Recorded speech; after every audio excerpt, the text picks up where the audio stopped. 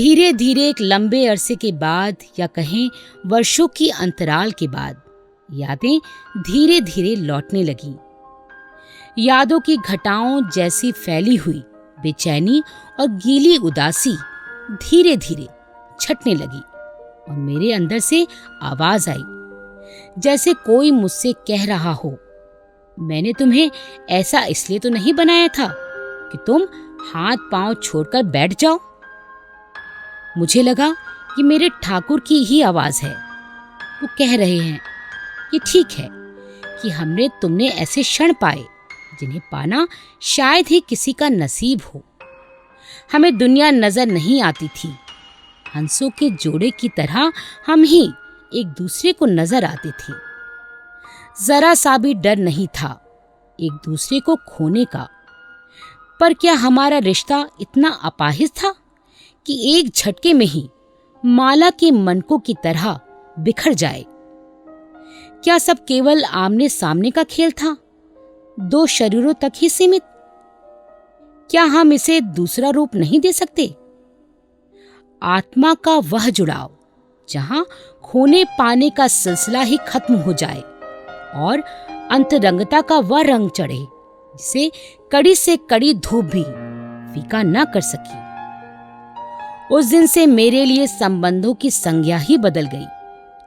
कुछ खोने का डर नहीं, न पाने का, क्योंकि जो खोया था वह तो मेरे अंदर ही था, मेरे मन की गहराइयों में, हर क्षण, हर जगह मेरे साथ एक खुशबू की तरह दिल और दिमाग के भीतर। एक अनुभव और हुआ। जब जब पूजा में बैठी, जहां जहां, जिस जिस देव स्थान में गई, वृंदावन से लेकर जगन्नाथपुरी और नासिक से लेकर सोमनाथ तक, जब भी भगवान को देखा तो ठाकुर का चेहरा सामने आया। जब द्वारका पहुंची तब भी ऐसा ही अनुभव हुआ, किंतु द्वारका के बाद फिर ऐसा अनुभव कभी नहीं हुआ। मानो वो अनंत में लीन हो गए। मीरा की भांति मेरे ठाकुर भी ठाकुर के चरणों में समा गए। ठाकुर अब नहीं है। उनसे दूर रहकर जब मैंने अपने आप को देखा तो मुझे अपना अस्तित्व ही नगण्य लगा। अपनी आंखों से जब मैंने अंदर झांका तो केवल आंसू दिखाई पड़े। उन दिनों कहीं बाहर जाने का दिल ही नहीं करता था। ऐसा महसूस होता जैसे अपने ठाकुर को खोने में मेरा अपना ही हाथ हो, जैसे मैंने कोई अपराध किया हो, जैसे सब मुझे ही देख रहे हैं और देख भी किस प्रकार रहे हैं, जैसे मुझ पर दया कर रहे हों। अपना चेहरा मैं कैसे दिखाऊं सबको, कैसे निकलूं बाहर? कहाँ माथे पर बड़ी सी गोल चटक लाल कुमकुम की लहकती बिंदिया से सुशोभित आनन, और कहाँ ये निस्तेज श्रीहीन चेहरा, एक अनचाहे अनकहे अपराध बोध से ग्रसित। कहाँ छिपाऊं इसे? घर की दीवारें जो कभी सुरक्षा का एहसास कराती थीं, अब काटने दौड़ती। घर में सब थे, बेटा अमित, बहू दानू, पोता चिंका, बेटी निहारिका, किंतु मैं सबसे अलग अपने को कटा कटा सा महसूस करती। सबके बीच भी कितनी अकेली। मन करता इस घर से, अपनों से इतनी दूर चली जाऊं कि मैं किसी को ना देखूं, कोई मुझ तक ना पहुंच सके। एक शून्य में, महाकाल के शून्य में पहुंच गई थी मैं, जहां ना बारिश थी, न धूप, न गर्मी थी, न सर्दी, और हवा शुष्क और सूखी हुई, गर्म। कुछ भी हिलडुल नहीं रहा था। उल्लास कह कहे सब अतीत की बातें लग रही थी। अपने को समेटने के सारे प्रयत्न रेत की तरह मुट्ठी से सरक सरक जाते। कितनी रातें तकिए में मुंह छिपाकर रोती रही हूं, इस तरह की कोई मेरी सिसकियां ना सुन ले। सुख पारे सा बिखर गया था और मैं अकेली रह गई थी। ये विचार ही अंगारों सा दहक रहा था और उन अंगारों के बीच खड़ी थी मैं, भावनात्मक रूप से दिवालिया, शारीरिक रूप से कमजोर। आज जब पीछे मुड़कर देखती हूं, तब उन तमाम तस्वीरों पर एक नई ही रोशनी पड़ती है और अनेक नए अर्थ खुलने लगते हैं जो पहले कभी नजर नहीं आते थे। ढेरों लोग आए थे, परिचित अपरिचित, करीबी और दूर के। अपने अपने ढंग से सबने सांत्वना दी होगी। ताज्जुब, किसी की बात जहन में नहीं उतरी सिवाय मधु प्रसाद और डॉक्टर पीके गुप्ता की बात के, जो अवचेतन में निराशा और अवसाद के बीच से छनकर कहीं गहरे बैठ गई। मधु प्रसाद को उससे पहले मैं कभी मिली नहीं थी, ना ही उनके बारे में कुछ जानती थी। एक दोपहर वो आई और कहने लगी, शीला जी, मैं कभी आपसे पहले मिली भी नहीं और ना ही मैं झुनझुनवाला जी को जानती थी, पर आप लोगों के बारे में सुना बहुत था। मेरे पति सेना में मेजर हैं। हमें सैनिकों की पत्नियों को हर दिन जान हथेली पर लेकर जीना पड़ता है कि पता नहीं शाम को हमारे प्रिय घर लौटेंगे या नहीं। फिर भी हम जीते हैं उन क्षणों को याद करके जो हमने उनके साथ बिताए होते हैं। सोचिए उन स्त्रियों के बारे में जो जिंदगी भर पति से लड़ती झगड़ती रहती हैं और बाद में उनके ना रहने पर सफेद धोती पहनकर सोग मनाए बैठ जाती हैं, जैसे दुख का समंदर अपनी उस सफेद चादर में छिपाए हों। आपके पास तो यादों के मनके हैं, उन्हें आप पिरोना शुरू करेंगी तो वो कभी चूकेंगे ही नहीं। मत सोचिए कि आप लोगों को जिंदगी कितनी कम मिली, सोचिए कितनी खूबसूरत मिली। उसी को जीवन का आधार बनाइए, फिर देखिए जीने का आधार मिल जाएगा। और आए डॉक्टर पीके गुप्ता। मेरे पोते चिंका के डॉक्टर हैं। जन्म से ही संभाला है उन्होंने उसे। शायद मेरी बहू दानू ने उन्हें मेरी दशा के बारे में बताया होगा। मैं स्वयं उनसे पहले कभी नहीं मिली थी। एक शाम आए, कहने लगे, शीला जी, मैं आपको क्या समझाऊं, आप स्वयं समझदार हैं। आज आप सोच रही हैं कि सब चुक गया, थर्मामीटर के पारे की तरह टूटकर धरती पर बिखर गया, पर ऐसा नहीं होता है। बिखरना और टूटना पारे का धर्म है, मनुष्य का नहीं। आपके पास बहुत लोग आए हैं, बहुत बातें कही होंगी उन्होंने, आपको बहुत तरीकों से समझाया होगा, किंतु शांति तो आपको अपने अंदर से ही मिलेगी। उसे ढूंढने आपको कहीं जाना नहीं होगा। वह ना तो वेद पुराण ना गीता उपनिषद से मिलेगी। अपनी आत्मा में झांक कर देखिए, क्या आप सचमुच में अकेली हैं? अपने अकेलेपन से ही बातचीत करिए, वही आपको सार्थक हल और इस ठहराव से निकलने की राह देगा। मेरे मन के किसी कोने को दोनों की बातें छू गई और मैं अपने आप से कहने लगी, सच बेवकूफ हूं मैं जो ये सोचती हूं कि मैं फिर इन्हें कभी देख नहीं सकूंगी। गलत है मेरा ये सोचना कि मैं इनसे कभी बात नहीं कर सकूंगी। गलत है, सब गलत है। मेरे ठाकुर तो मेरे साथ हैं, मेरे हर कृत्य में, हर काम में, मेरे सोच में, मेरे विचार में। वो कहाँ खोए हैं? खोई तो मैं रही जो ऐसा सोचती रही, और उस दिन से मैं शांत हो गई। बदलती दुनिया बदलते संसार को आत्मसात करने लगी। बीत गए वो दिन जब मैं तनिक सी बात पर बिफर पड़ती थी। मेरा क्रोध, मेरा लोभ, मेरा मोह, मेरा आवेग सब तिरोहित हो गया।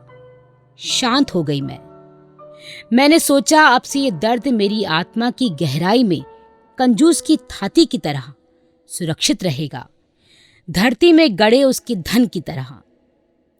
इसे किसी के साथ मुझे बांटना नहीं है, स्वयं ही सहन करना है। कविकुल गुरु रविंद्रनाथ टैगोर की वो पंक्तियां याद आ गईं, एकला चलो रे, एकला चलो। पर क्या ये सहज था? कुछ दिन लगता, सब ठीक है, मन अब शांत हो गया है। फिर कोई घटना घटती, कोई एहसास जगता, कोई समस्या सामने आती तो फिर उसी पुरानी स्थिति में पहुंच जाती। अंतर के किसी कोने में तर्क कुतर्क चलते ही रहते। एक मन कहता, मन की बेचैनी की गर्मी का तुझे शमन करना ही होगा। तेज गर्मी तो समुद्र को भी उफना देती है। तब उसमें ज्वार उठाते हैं और सब कुछ तहस नहस हो जाता है। क्या तू ऐसा चाहती है कि सब कुछ नष्ट हो जाए? फिर मन कहता, नहीं नहीं, मैं ऐसा नहीं चाहती, पर कर भी क्या सकती हूं। अपने आप से ही जवाब मिलता, जिंदगी ठहराव नहीं है, वह नदी की तरह है। नदियां चट्टानों से रुक नहीं सकती। बढ़ना उनका धर्म है, इसलिए वो चट्टानों के बीच से अपना रास्ता बना लेती है। तुझे भी अपना रास्ता बनाना होगा। फिर शंका उठती, पर जिस नदी का स्रोत ही सूख गया हो, वह क्या रास्ता बनाएगी? शंका का समाधान भी अपना मन ही करता। वह तर्क देता, स्रोत हमेशा चट्टाने तोड़कर बनते हैं। बिना अपनी उम्र जिए वो कभी नहीं सूखते। रास्तों की चट्टानें उनका रास्ता तो बदल सकती हैं, मगर इससे जल का धर्म नहीं बदलता। वह जहां जाता है हरियाली को जन्म देता है। पतझड़ और बसंत की लड़ाई का यह सिलसिला तो कभी नहीं रुका है, अनादिकाल से चला आ रहा है। इस सिलसिले को ना तो मनुष्य शुरू करता है, ना ही खत्म करने का उससे अधिकार होता है। उसके वश में है सिर्फ जीना।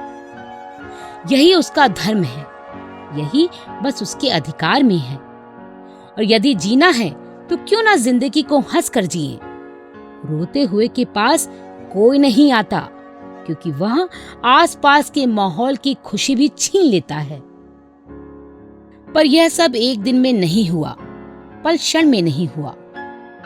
एक पल में जो घटा उसे सहने में महीने और वर्ष निकल गए।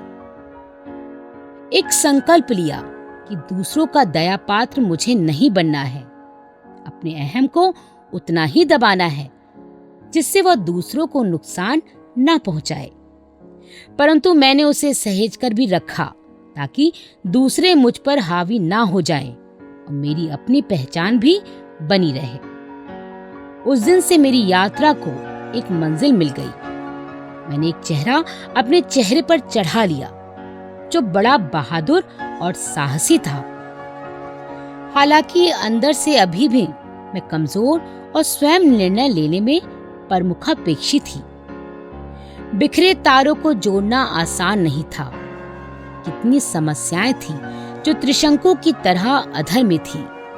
आस्था और विश्वास की डोर से बंधे लोग जीवन भर मकड़ी सरीखा जाला बुनते हैं अपने चारों तरफ। सोचते हैं उसी की डोर के सहारे कभी उस घेरे से निष्कृति भी मिल जाएगी। निकलने का रास्ता मिलता भी है और नहीं भी मिलता। संसार ही ऐसा है। पहले तो हर मुश्किल का सामना करने के लिए हम दो थे, अब मैं थी अकेली। क्या मैं अकेले हल निकाल पाऊंगी? इस स्थिति में यदि बाहर से साहस और हिम्मत का मुखौटा नहीं लगाती तो लोग रौंद ही डालते, अंदर से भी और बाहर से भी। पर मैंने उद्दाम शक्ति, संयम और संकल्प की डोर से अपने को बांधे रखा, मकड़ी ही की तरह जो लक्ष्य को पाने के लिए बार बार निराश होने पर भी हिम्मत नहीं हारती। इसलिए ईश्वर की कृपा से कुछ भी बिखरा नहीं।